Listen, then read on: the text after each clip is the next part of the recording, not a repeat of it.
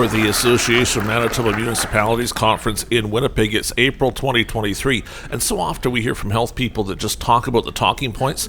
We actually had someone at the conference that spoke very clearly and was very, very good at speaking. So let's listen in. We're going to hear from Marion Elis. She's the CEO of the Interlake Eastern Regional Health Authority, and she's got some interesting things to say about her region. We're expecting that you're going to give us some feisty questions after this. So I saw Jane's slides, and some of what Jane has said is true across the region, and it's no surprise to you. And some of you, we know each other, and I like to think we work together. So the first question we were asked is, what's the most exciting challenges or changes at Interlake? So first of all, we never use the word exciting, because to be honest, we're just really focused on getting outcomes and staying level-headed. And if somebody does get exciting and get dramatic, we actually like to calm them down. So I didn't change that when I was asked the question. So the first thing that's up here is about, we've seen growth in diagnostics. So some of you may know this, but some of you maybe don't, that in other parts of the region, if Brian were here, they've got a couple of hubs. Up in northern Manitoba, they have the Paul and Thompson. I'm not saying life is easy up there. And in Jane's region, she referred to her 3 regional hubs: Boundary Trails, Steinbeck, and Portage. So I'm from Interlake Eastern. I don't know if I even announced that. And I've been working in Interlake Eastern since 2016, and more recently in this role that I'm in. And we have one regional hub, and that's Selkirk. And our region, the hub isn't necessarily in the middle of it. So there are many reeves and mayors, as you know, those of you who are here and those that came before you, who have really advocated to strengthen some other areas of the region. And those other areas of the region need strengthening. So I know some of you have phoned and said, what's going on with EMS? What's going on with diagnostics? And this first point is about growth in diagnostic procedures. So an example of that is endoscopies. And if you haven't had an endoscopy, good. But endoscopies talk about entrances into our body. A gastroscopy is through the oral area. Before we had Netflix, people used to go to circuses, and they used to do sword swallowing, where you tilt your head a certain way and swallow a sword. That wasn't a plastic sword, it was real. So that's what we do in gastroscopy. We put it down into your stomach and we see if somebody has symptoms. Is there a cancer in there, or is there ulcers that are going to turn into cancer? And the specialist will take a sample and it's sent for a pathology. That can save the life of somebody that's about to develop cancer. Another way of saving a life with endoscopies is colonoscopies, and that's through the other orifice area, one of the other orifices in your body. No, and I know we're laughing about it, but some of us have lost colleagues because they were on long wait lists way before COVID for bowel cancer. And you know that if you have a case in your family, there's certain you're required to follow up every so often, etc. So most diagnostics are done in the lab. You take a sample of your blood, you can send in other samples of urine and other things, and they're looked at, or else you have an ultrasound, a CAT scan, an MRI. But these procedures that we're expanding right now, thanks in part really to the Diagnostic and Surgery Task Force that was set up after COVID, are allowing us to put in proposals and get funding to strengthen these procedures. Because it's really quite awful. In some parts of the world, you can go in and get a colonic wash, and then you can go have a colonoscopy. So for us right now, we're really appreciative of what has been accomplished. We used to historically have 2 days of doing endoscopies in Beausejour Hospital, and we were deficit funded the 3rd day, and just recently we've got funded for 4 days. And we started adding extra procedures in October, and since then we've done 521. Like, that isn't just about HIP, it's really a group effort. It was the Diagnostic Surgery Task Force, it was funded by government. We have a doctor there who's keen on it, he's efficient, nurses who like to work on that program. And then we also got funding for Selkirk to add 5 extra days a week. And we have some doctors that are endoscopists and do that. So we've done an additional 700. We didn't start in Selkirk though till December, and not every day is full there yet because we might bring in endoscopists from Winnipeg. But this really is what we need. so that people aren't sitting at home with symptoms that are hurting them as cancer is growing. So that's what I mean by growth in diagnostic procedures, because I know somebody's going to put up their hand and say we have no lab services in X area in Interlake. The other thing that has happened recently, which has been a concern for us for a long time, and you may have seen it on YouTube or CBC, is the expansion of a pain management clinic. Again, we used to be bothered about that.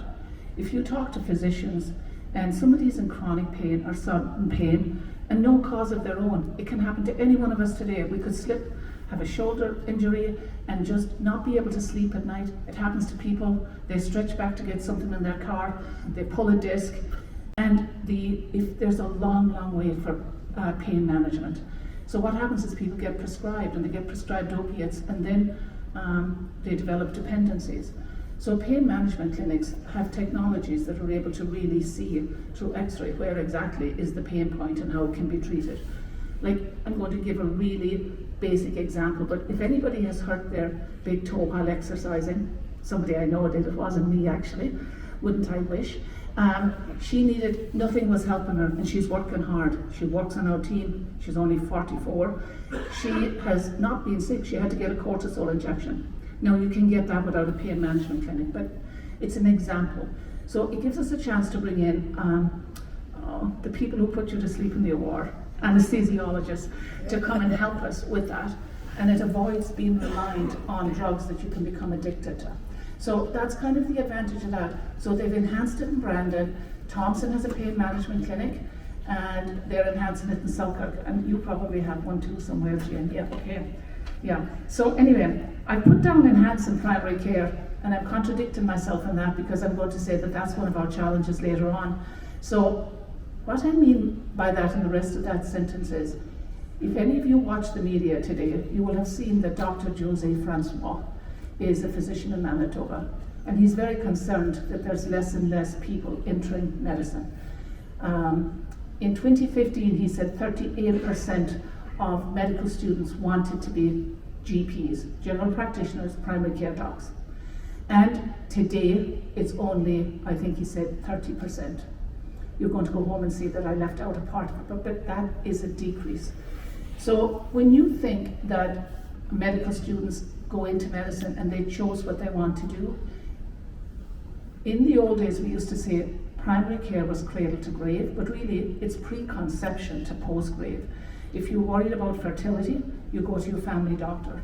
When your spouse dies or something is wrong with your child, something terrible has happened to a teenager, I mean, whatever has happened in a human's life, the person you often trust is your primary care doctor who knows the family. That's what happens. So there is a broad range of responsibility.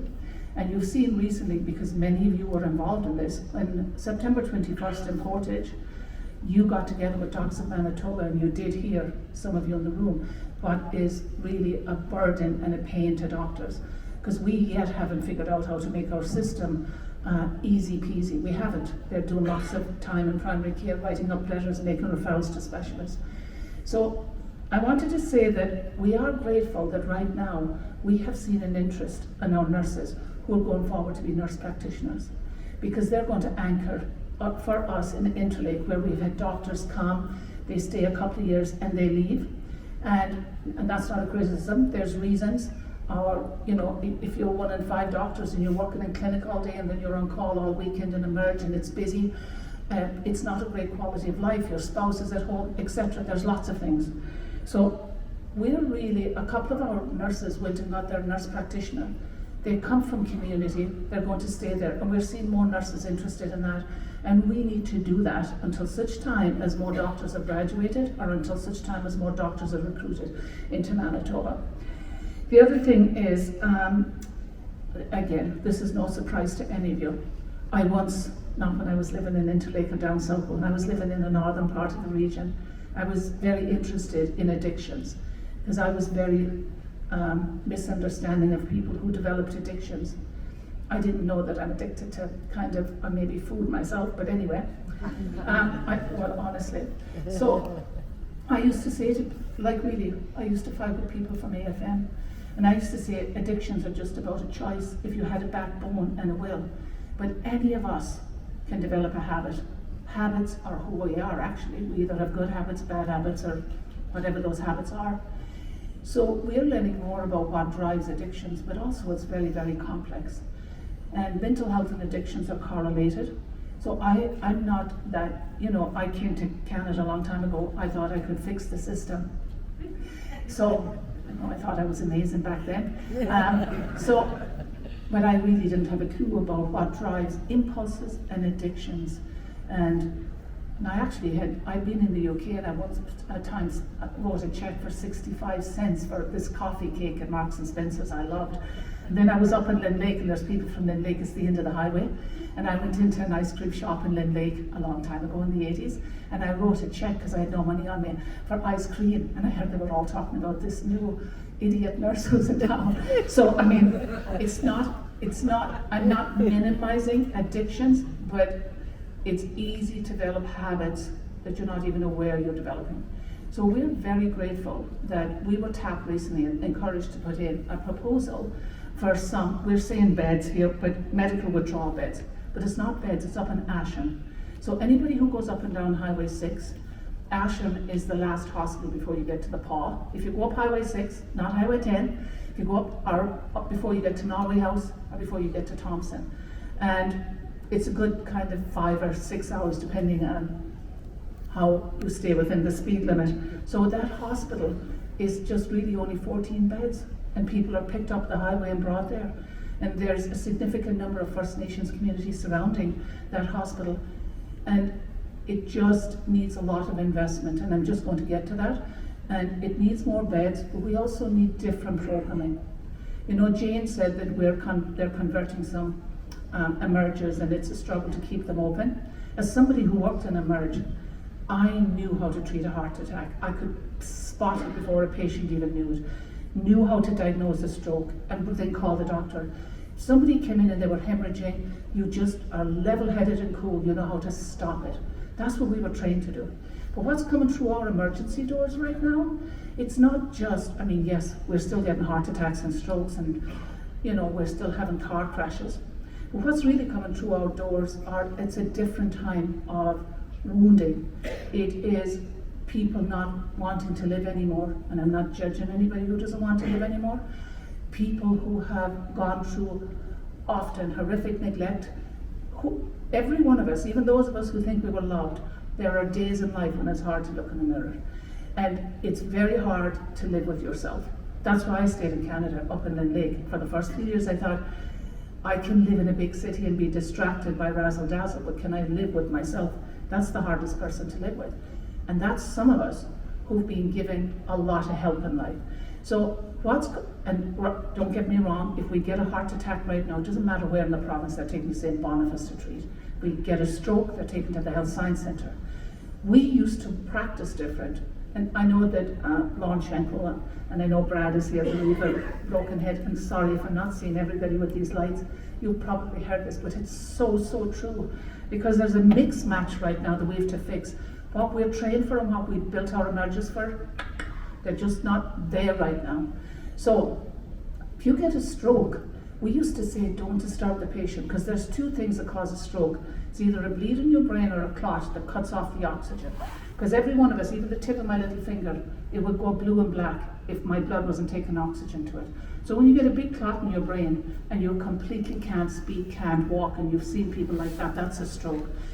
The quicker we get them to the Health Science Centre, and a neurologist can go in and remove that clot, or they can do whatever needs to be done to try and stop that hemorrhage.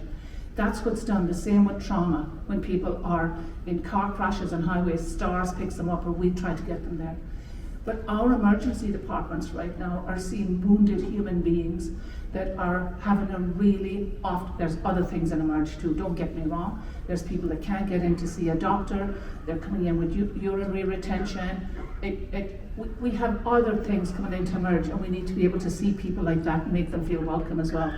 But we're very glad for Ascham to have not just beds, because it's not about beds, it's about to have the resources that we've been given to be able to not say to somebody when you leave the hospital door, good luck, and we hope we don't see you again because you'll figure out how to live without us. We need to be able to make sure that that patient is passed on to somebody who can ensure their success. So that's why we're very grateful for the medical withdrawal beds.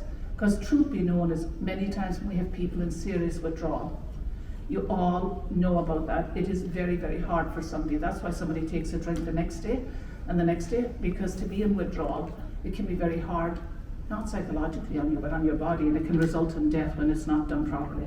So we're part of this plan is we've even got an Indigenous health worker. Then the other thing that we're grateful for right now is we're going to do some training. Let's face it, we're not going to be able to fill all of our positions tomorrow. So working with the communities in our region, I'm supposed to be in Brokenhead tomorrow for a meeting with the Reeves and mayors from that side of the region. I'm hoping Blair Skinner will cancel it, truth be known, and put it on Teams, but anyway, yeah. But I don't want to cop out of it. But what we have to do is, some older people in our region have come and approached us and said, we have single moms that would have their kids now in school. They've never had a job, and they'd be great because they've raised kids and got up in the night. They'd be great healthcare aides. We have men and women in their 40s who don't even know that they're smart. So what we're going to do right now is we're going to do our own made in Interlake healthcare aid course. They won't be licensed, but it's a chance to get people that can work in home care, they can work in our personal care homes. So we need to start doing that training right now. So we've got a curriculum, and then if people want to get certified and get a higher pay, we'll welcome that as well. But we've been trying to get our act together on that, but again, it's not like, again, this is where this sounds, I don't want this to sound disingenuine, but we're not going to be able to do this alone, like we can't. This is all of us together right now, and we all need to be doing, like us doing our part.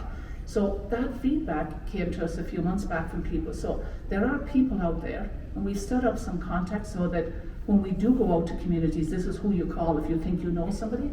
Then of course we'll have to give them jobs, and sometimes the people that somebody in the community might like, we might know other things, and we might think this mightn't be a fit for our patients. You all understand that, because let's face it, we're all leaders in this room anyway. You wouldn't be in this room if you weren't. So you know that we have to also use good judgment in not just growing people, but also in hiring people and ensuring that they're the right fit for the jobs we're hiring them.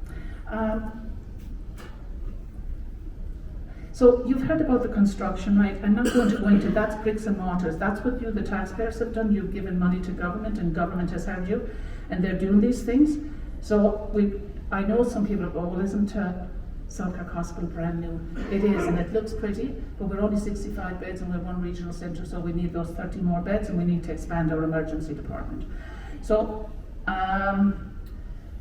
really, we also need to be doing more services, and one of the services we're doing, we just signed a contract again, is we're going to be doing 51 more procedures a month in Selkirk OR, and that's for urology, and that's where, again, some of that is diagnostics, where you put in a very, very thin piece of equipment with lots of mirrors in it into the urethra. That's the tube you pee out of. All of us have one. Some are longer than others, but anyway. And there again though, when you have urinary retention, or you've got papilloma of the bladder and you're bleeding and it's awful and it's clotting. I was at a conference, not a conference, it was an evening meeting here in Winnipeg in the fall of 2019. We hadn't heard of COVID yet. And one of the urologists was pleading to have more capacity because diagnosing people too late for uterine cancer. So we've just signed a contract and said we will be good for it, and that is to do 51 more procedures in the next year in surgery. And right now the procedures we're focusing on for the next year is urology. Anyway, moving on. So that's Selkirk Hospital. So I think I've just mentioned that. These slides are here. And this is Lakeshore General Hospital. This is Ashen. You just drive by it when you're going up Highway 6, you wouldn't even notice it, but it's very important to us. So when you look at the challenges, Jane referred to it, I'm saying workforce, but it isn't just about hiring more people. You do know, and it wasn't me who said this, somebody way before my time said, everything in life rises and falls in leadership. So when we look at our workforce, we have to make sure, and Jane and I were in a meeting today and we were aligned on this, our managers in the front line, they're dealing with scheduling. When an employee needs support, they're dealing with that.